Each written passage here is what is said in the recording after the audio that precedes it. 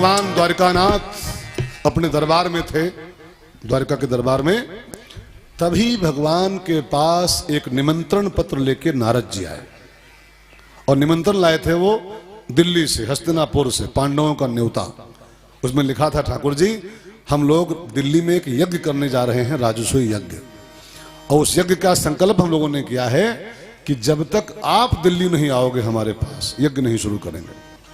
भगवान ने न्योता पढ़ा, पांडवों का न्योता। अब भगवान को लगा कि अगर एक आदमी की वजह से पूरा यज्ञ रुका हुआ है दिल्ली में, चलो चलते हैं। और भगवान अपने सारे प्रोग्राम पोस्टपोन करके उसे दिल्ली पहुंचे, पांडवों के पास। पांडवों ने भगवान का स्वागत किया, राजसूय यज्ञ का शुभारंभ हुआ। एक घोड़ा छोड़ा गया, वो घोड़ा तमाम राज्यों से गुजरा। आप सब जानते हो विधि क्या क्या होती है। अर्जुन उसकी सिक्योरिटी में थे, तो घोड़ा वो तमाम राज्यों से गुजरा, लेकिन किसी राजा ने उस घोड़े को रोकने की हिम्मत नहीं की। सबने पांडवों की अधीनता स्वीकार कर ली। राजसूय का नियम होता है कि पहले दिग्विजय करनी होती है, सब राजाओं को अपने कब्जे में करना होता है, तब यज्ञ शुरू होता है। तो घोड़ा सब राज्यों से गुजरा, सबने तो हार मान ली अर्जुन के नाम पर, पांडवों से हार मान ली। लेकिन जब वो घोड़ा बिहार में गुजर रहा था, बिहार से, उस समय वहां का राजा था, इस समय नीतीश कुमार है ना, उस समय राजा वहां का था जरासंध, उस समय द्वापर में। और जरासंध के राज्य से गुजर रहा था घोड़ा वो। तो सब राजाओं ने तो लिख दिया था कि हम हार गए तुमसे, लेकिन जरासंध घोड़ा कैच कर लिया। अर्जुन बेचारे युद्ध किए, लेकिन वो सब मात खा गए। जरासंध बड़ा पावरफुल था, भाग गया अर्जुन दिल्ली वापस। पांडवों से कहा भैया यज्ञ कैंसिल। कहा क्या हुआ? घोड़वे गया। घोड़वे गया तो अब यज्ञ का होगी खाक। जरासंध से हम मात खा गए, वो घोड़ा बांध लिया हो। सब राजा जीत लिए, लेकिन वो राजा भारी पड़ गया जरासंध। तब भगवान ने कहा पांडवों से, भैया जरासंध के आगे हम भी बहुत घबराते हैं, वो बहुत पावरफुल है वो। लेकिन जहां बहुत पावर काम, जिसके पास बहुत पावर हो, उसके साथ फिर छल करना चाहिए। जुआ युद्धम छलम बलम। युद्ध में, जुआ में, युद्ध और जुआ में छल भी अलाउ होता है। शास्त्रों के अनुसार वहां छल भी अलाउ है। भगवान ने कहा चलो छल से मारते हैं उसको। और 3 लोगों ने ब्राह्मण का वेश बनाया, कन्हैया, भीम और अर्जुन, पंडित के रूप में तैयार हुए। पहुंचे जरासंध की राजधानी मगध। आजकल तो पटना है, पहले मगध थी राजधानी वहां की, मगध। आए और जरासंध के द्वारे पर 3 ब्राह्मण खड़े, 4 बजे सवेरे से ही। जरासंध का नियम था, वो सवेरे उठ के पूजा पाठ करके, नहा धो के पूजा पाठ करके, और द्वारे पर आता था। और द्वारे पर उसको कोई भिखारी, ब्राह्मण, कोई याचक मिलते थे तो उसको मुंह मांगा दान करके तब अपना गृह कार्य शुरू करता था, दैनिक कार्य। अनुसार आया, गेट पर पहुंचा, देखा 3 ब्राह्मण खड़े। उसने स्वागत किया, हे विप्राह ब्रियताम कामो, बताओ अपनी कामना। और एक बात सुन लो पंडित जी।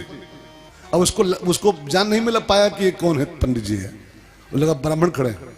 हे विप्राह प्रणाम, ब्रियताम कामो, कामना बताओ अपनी, क्या चाहिए। और सुन लो, ददाम में आत्मा शिरोपिवा, मेरा नियम है, अगर मेरे द्वारे पर खड़े होकर कोई ब्राह्मण, कोई भिखारी मेरा सिर मांग ले तो भी मैं इनकार नहीं करता हूं, इसलिए दिल खोल के मांगो क्या चाहिए। तो भगवान मुस्कुरा के आगे बढ़े और ठाकुर जी और बोले, जरासंध महाराज युद्धम में देहि राजेंद्र, अगर हमारी डिमांड पूरी करना चाहते हो तो युद्धम में देहि राजेंद्र द्वंद्व सो यदि मन्य से, हमारी डिमांड पूरी करना है तो हमको आपके साथ द्वंद्व युद्ध चाहिए। द्वंद्व युद्ध माने हम 3 लोग खड़े हैं, एक को चुन लो आप इसमें से, 3 में से एक, और उस एक के साथ आपका द्वंद्व युद्ध होगा। द्वंद्व युद्ध माने कुश्ती जैसा युद्ध होता है, उसमें हथियार नहीं चलते, हथियार नहीं, अब बीच में कोई तीसरा नहीं, 2 पर 2, कुश्ती जैसा युद्ध होता है, बाहुबल का प्रयोग।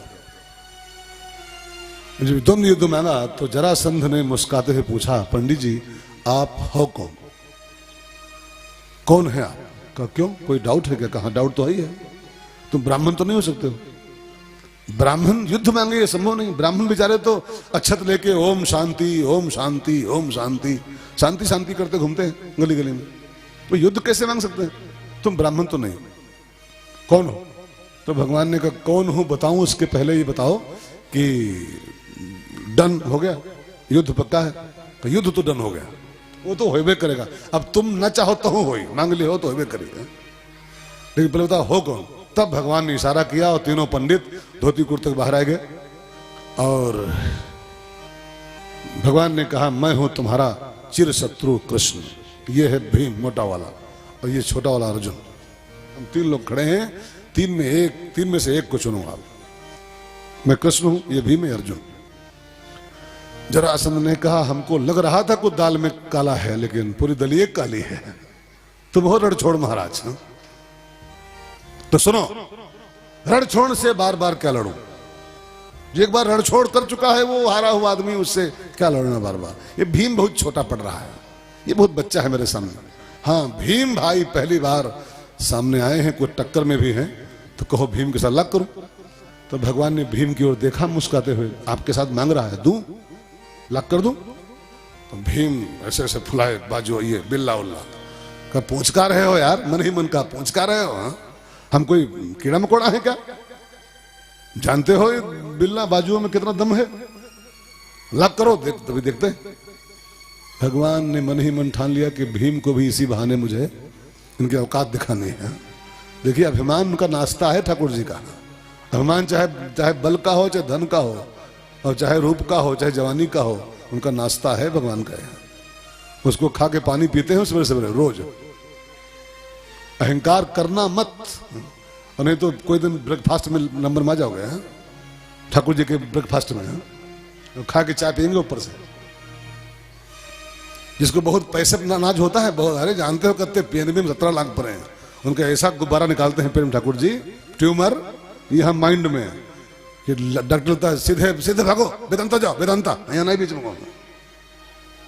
और फिर बिल बनता है 27 लाख रुपया, पेमेंट आता है अस्पताल का। इसलिए नाच मत करना, नाच भगवान का नाश्ता है। वो चाय के साथ लेते हैं कभी कभी ना, वो नाश्ते में बिस्कुट नहीं खाते हैं वे, ना ब्रेड खाते हैं।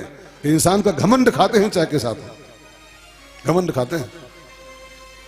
तो भीम का घमंड भी भगवान को इसी बहाने खाना था। जरासंध को तो मारना वो भीम से मरवाए। अरे भ्रकुट विलास जासुले होई, वो भीम से मरवाए उसको, जरासंध को। और भीम को तो खाली इसी बहाने चकनाचूर करना था भगवान को, बाकी मारना तो उन्हीं को था। अब भीम का और जरासंध का युद्ध शुरू हुआ। सुबह से शाम तक युद्ध हो अखाड़े में, और शाम को युद्ध विराम हो जाए, फिर नाश्ता पानी बढ़िया बढ़िया हो। 27 दिन तक युद्ध चलाओ, 27 डेज। जब 27वें दिन की शाम हुई और भीम जब अखाड़े से रूम में आए अपने रूम पर, तो भीम की लंबी लंबी सांस चल रही, जबान 6 इंच बाहर निकली। भगवान ने कहा भीम भाई क्या हुआ? तो क्या हुआ पूछ रहे हो? बैठे बैठे चाय पीते हो, काजू खाते हो, हम मरे जा रहे हैं। ऐसा सब मुक्का मार रहा है तो हम हमारे प्राण कंठ में आ गए। अब कान खोल के सुनो कन्हैया जी, आज से हम क्विट कर रहे हैं, हम आज क्विट कर जाएंगे। कल की लड़ाई में हम नहीं जाने वाले।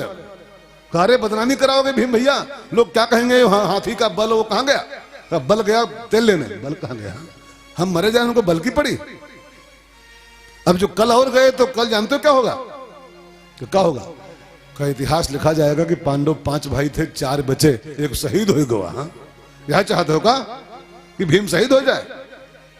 हम नहीं जाएंगे कल सवेरे। तो भगवान का डरो मत, जरासंध को मारने की तरकीब मैं जानता हूं। तो आप भीम और गुर्रा जानते हो तो बताए क्यों नहीं साहब? का किसको बताएं? तुम एक बार मेरी ओर देखे, तुमको तो अपने ऊपर ही वो था, तो जूझो। कल जाना सवेरे भीम जी, और कल मेरी ओर देखना बार बार, बताऊंगा कैसे मरेगा। बस भीम आए नेक्स्ट डे, जब चलने को तैयार हुए लंगोटा मोटा बांध करके, तो भगवान को नमस्कार किया। ठाकुर जी जा तो रहा हूं भाई साहब, लेकिन आज लास्ट डेट है, या तो उसकी या हमारी। जो आज मरा तो मरा, नहीं हम पक्के मरेंगे आज। का जाओ और मेरी ओर देखना, बताऊंगा। भीम आए, शुरू हुआ युद्ध, आज भीम बार बार हर 5 मिनट के बाद भगवान की ओर देखें, ठाकुर कुछ करो प्रभु कुछ करो। और जब भगवान जान गए आज भीम पूरा पूरा मेरे पर डिपेंड युद्ध कर रहा है, भगवान ने एक तिनका उठाया, उसको बीच से चीरा और चीर के दिखाया भीम को, ऐसे इसको चीर दे बीच से तब मरेगा ये। बस भीम समझ गया सारा, लगाया पटकनी जरासंध को, दांव पा गया और बस पकड़ के उसकी दोनों टांगे और बीच से फाड़ दिया और फटते जरासंध मर गया। उसको वरदान था कि ये फटते ही मरेगा, जुड़ा हुआ था वो। जराया संधियते इत जरासंधा, जो जरा के द्वारा संध पड़ा, संध माने जोड़, संध माने क्या होता जोड़, और जरा माने अविद्या अज्ञानता। तो हमारी आपकी अज्ञानता ने जो हमारे आपके भीतर एक जोड़ मार दिया है, वही जरासंध है। जरासंध अलग से कोई चीज का नाम नहीं है, आपके भीतर पड़ा हुआ है। और जब तक वो फटेगा नहीं मरेगा नहीं, और जब तक वो मरेगा नहीं तब तक आपको सुकून मिलेगा नहीं। सुकून पाना चाहते हो जरासंध को मारो, और जरासंध को मारना है तो फिर आप उसको फाड़ो तब मरेगा वो। जरासंध जानते हो क्या है? उत्तरकांड की एक चौपाई है, वहां परिभाषा लिखी हुई है। कहीं कहीं कथा भागवत की होती है और उत्तर उसका रामायण में होता है। कई कई बातें यहां हैं, अर्थ वहां है। रामायण में उत्तरकांड की चौपाई पढ़िए। जड़ चेतन ही ग्रंथि पर गई, जड़ चेतन ही ग्रंथि पर गई, यद्यपि मृखा छो तत कठिनाई, यद्यपि मृखा छो तत कठिनाई। जड़ है संसार, ध्यान देके सुनेगा। जड़ संसार है और चेतन है परमात्मा, ठीक है। जड़ है शरीर और चेतन है आत्मा। थोड़ा समझिएगा, बहुत गहरा विज्ञान है ये जरासंध का। जड़ शरीर है, चेतन आत्मा है। जड़ संसार है, चेतन परमात्मा है। लेकिन हमारी आपकी जरा ने, जरा माने अविद्या, जरा माने अज्ञानता, हमारी आपकी अज्ञानता ने जड़ चेतन के बीच में एक संध डाल दिया है।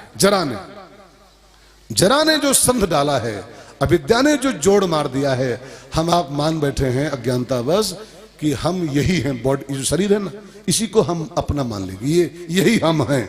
ये हम नहीं है, ये आपकी बेवकूफी है खाली बस कि इसको हम माने बैठे हो।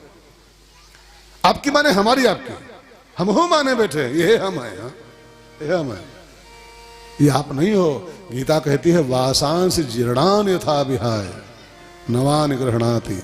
जैसे पुराना कपड़ा उतार के नया पहनता है आदमी, ऐसे आत्मा पुराना देह छोड़ के नया देह पहन लेती है। अब ये कपड़ा है खाली, इसकी तुलना गीता में वस्त्र से की गई है। अब देखो, ये कुर्ता हम पहने बैठे हैं, ये साल हम डाले बैठे हैं, ठीक है ना, ये साल डाले बैठे हैं, तो ये साल अलग कर दी गई। तो ये रमेश भाई ये साल है कि ये रमेश भाई की साल है? रमेश भाई साल डाले बैठे थे केवल, अब साल हमने फेंक दे, लो उठाओ ना कुल, हाँ हमारी है। अब रमेश भाई गए उधर की साल गई, साल नहीं साल गई मेरी खाली में, साल फिर ओढ़ लें दूसरी भी, फिर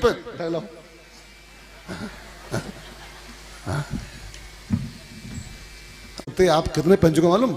84 लाख कुर्ते पहन चुके हो, 84 लाख। ये कुर्ता तो 17, 18, 20 होंगे, 25 होंगे, लेकिन ये कुर्ता जो पहने बैठे हो 84 लाख कुर्ते चेंज कर चुके हो। लेकिन अज्ञानता बस मान लेते हम लोग हैं, मूर्खता ने जोड़ मार दिया है, ये हम आए, ये हम, ये खाक तुम हो, तुम इसके भीतर हो, पहने बैठे हो खाली बस। अब बस सारी मुसीबत की जड़, सारी जो हमारा जो सुकून हर लेता है, ये इसके साथ संबंध, इसके साथ जो हमारा जोड़ हो गया है। ये जोड़ एक बार तोड़ पाओ ना, इसको एक बार फाड़ पाओ कि हम ये नहीं हैं, जाओ। और जब हम ये नहीं हैं तो इसके साथ जिसका जिसका संबंध है वो कुछ हमारा नहीं, कुछ। और एक बार ये हम नहीं है, ये हमारा कुछ नहीं है, ये जरासंध फट जाए ना, ये संबंध विच्छेद कर पाओ जड़ जड़ के साथ, तो फिर कोई टेंशन जिंदगी में है ही नहीं यार, कोई टेंशन है ही नहीं। टेंशन का कारण सारा का सारा है असत आत्मबुद्धि, जो हम जड़ के साथ अपनी चेतना को तादाद कर बैठे हैं, अज्ञानता बस। सारी फसाद की जड़ वहीं पटकी हुई है। जरासंध फटा, भीम को सुकून मिला, फिर भगवान उस घोड़े को लेकर वापस आए, यज्ञ शुरू हुआ अब यज्ञ में सबसे पहला काम हुआ कि इसमें अग्र पूजा किसकी की जाए, माने प्रथम पूज्य किसको बनाया जाए यज्ञ में। तो सर्वसम्मति से प्रस्ताव पास किया गया कि जब द्वारकानाथ कृष्ण अपने बीच में है तो इसके अलावा कौन पूज्य है इस यज्ञशाला में। तो कृष्ण है तो कृष्ण की पूजा होनी चाहिए। अब भगवान कृष्ण को एक उच्च आसन दिया गया, उनके पांव पखारे गए और माला वाला जब पहनाने शुरू किए गए तो भगवान की पूजा से, कन्हैया की पूजा से, यज्ञ में लाखों लोग थे, सब तो खुश थे, कृष्ण की पूजा हो रही है। लेकिन एक आदमी भगवान से चिढ़ता था, जलता था। जानते हैं कौन? शिशुपाल। वो चिढ़ता था।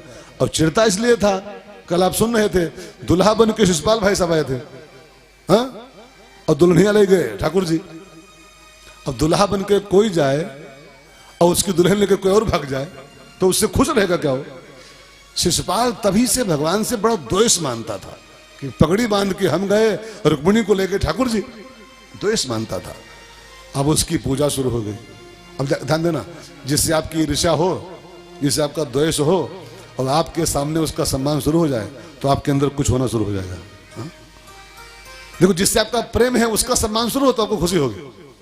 जिससे आपका लगाव है, जैसे जैसे जैसे आप मुझको हमसे जोड़ लो एक मिनट के लिए, इस कथा को हमसे जोड़ लो कि जिसको हमसे प्रेम है, खूब कस के लगाव है रमेश भाई से, और जब ये माला मिलते हैं, आओ महाराज जी को माला पहनाओ, तो जो हमारे प्रेमी हैं, जिनको हमसे प्रेम है, अरे वाह हमारे गुरु जी को क्या माला मिल रहे हैं, क्या सम्मान गुरु जी का हमारे हो रहा है। लेकिन जो तनिको द्वेष मानते हैं, तनिको अंदरूनी, भले बैठे सुनते हैं, भले बैठे सुन रहे हैं अलग बात है, लेकिन अगर जरा भी अंदर कोई द्वेष की भावना है और जहां ये सम्मान शुरू होता है, ये का सम्मान क्यों हो रहा है, सम्मान काहे हो रहा है इसका, ये नेचर है इंसान का। अपने द्वेष पात्र का सम्मान हम देख नहीं पाते। अब भगवान से द्वेष मानता था, उनकी पूजा शुरू हो गई। शिशुपाल को नहीं रहा गया, खड़ा हो गया सभा में, तुम सबकी बुद्धि पत्थर पड़े हैं क्या? इतने इतने बड़े बड़े महापुरुष बैठे हैं, भीष्म पितामह बैठे हैं, द्रोणाचार्य, कृपाचार्य, ये सब विराजमान हैं। इन महापुरुषों को छोड़ के इस चरवा की पूजा हो रही है। किसके यहां पैदा हुआ, किसके यहां पाला गया, माखन चोर, चीर चोर, इसकी पूजा हो रही। अब भगवान को देख गाली पर गाली देना शुरू किया। अब भगवान मुस्काते मुस्काते उसकी गाली सुनते हो गए और गिनते हो गए, सुने और गिने, क्योंकि भगवान ने उसकी मां को वचन दिया था शिशुपाल की, ये उनका बुआ का लड़का है, भगवान की सगी बुआ का लड़का है। भगवान ने इसकी अपनी बुआ को वचन दिया था, शिशुपाल की मम्मी को, कि मैं तुम्हारे बेटे, किसी ने कहा था कि तुम्हारे बेटे को कन्हैया मारेगा, इसकी मौत लिखी है कृष्ण के हाथों। तब बुआ ने कृष्ण को बुलाया कि पंडितों ने बताया है कि इसकी मौत तुम्हारे हाथ लिखी है, कि तुम मरी हो का भैया अपने भाई को। तो भगवान ने कहा लिखी हुई तो मरबे करेगा, अगर मेरे हाथों लिखी है तो मरबे करेगा, लेकिन मैं एक वचन दे रहा हूं बुआ जी, मैं अपने इस भाई को 100 गाली तक कुछ नहीं बोलूंगा। मेरा भाई है, फफेरा भाई है, 100 गाली तक मैं बिल्कुल खामोश रह के सुनूंगा मुस्कुराते हुए, लेकिन 100 गाली के जो ऊपर जाएगा तब फिर देखा जाएगा। अब भगवान गिने जाएं, सुने जाएं, अब वो गाली पर गाली, चकाचक गर्मा गर्म गाली, गर्मा गर्म गाली देना शुरू किया। जब 100 गाली पूरी हो गई तब भगवान ने एक बार उसको इशारा भी किया, वो करते ना ऐसे कुछ करते हैं लोग, चुप हो जाओ, चुप हो जा बेटा, नहीं तो गब्बर सिंह आ जाएगा।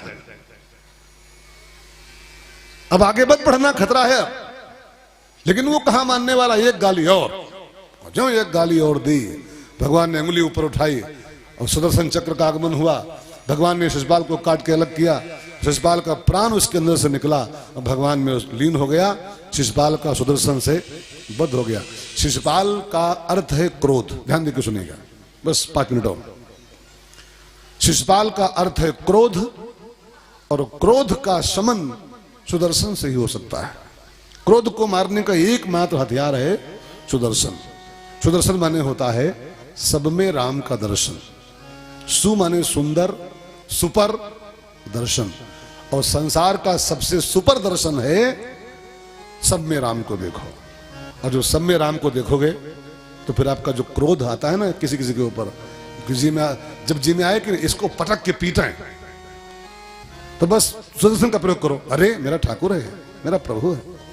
और प्रभु मान के उसको देख लो तुरंत ही, तो आपका जो शिषपाल है वो ठंडा पड़ जाएगा। राम को देखो सबने, जिसमें लोग खाना थाली पर से रखे हुए, खाना की थाली, और कुतवा आवे और कुतवा थाली में जुट जाए खाएगा, तो गुस्सा तो कब आएगा? जब कुतवा मानो को तो गुस्सा आएगा।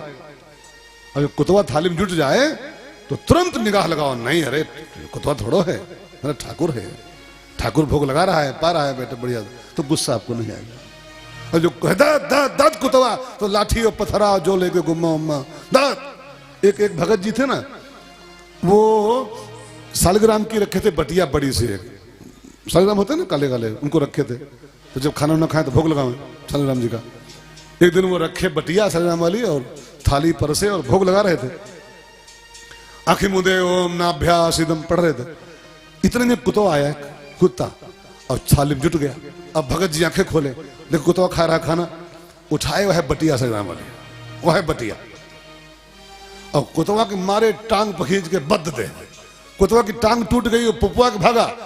तो भगत जी उठाए बटिया, वो दूर फेंके थे जो पड़ी थी, वो उठाए के चूमे उसको, कहा सालग्राम भगवान तुमको हम पूज तो रहे थे 2500 सालों से, लेकिन काम आज आयो तो हमारे यहाँ, ऐसा कुतवा टांग तो रहे महाराज, जय हो तुम्हारी। कुतवा को कुतवा देखो ना तो गुस्सा नहीं आएगा। नामदेव की रोटी कुत्ता लेके भागा, नामदेव ने कुत्ते में राम को देख लिया, गुस्सा उनको नहीं आया, वो लेके घी दौरे पीछे पीछे, ठाकुर जी सूखी कही हो, कहा घी तो चपल लो। सब में राम को देखो, ये सुदर्शन है, और शिषपाल क्रोध है, क्रोध को नष्ट करने का एकमात्र हथियार है।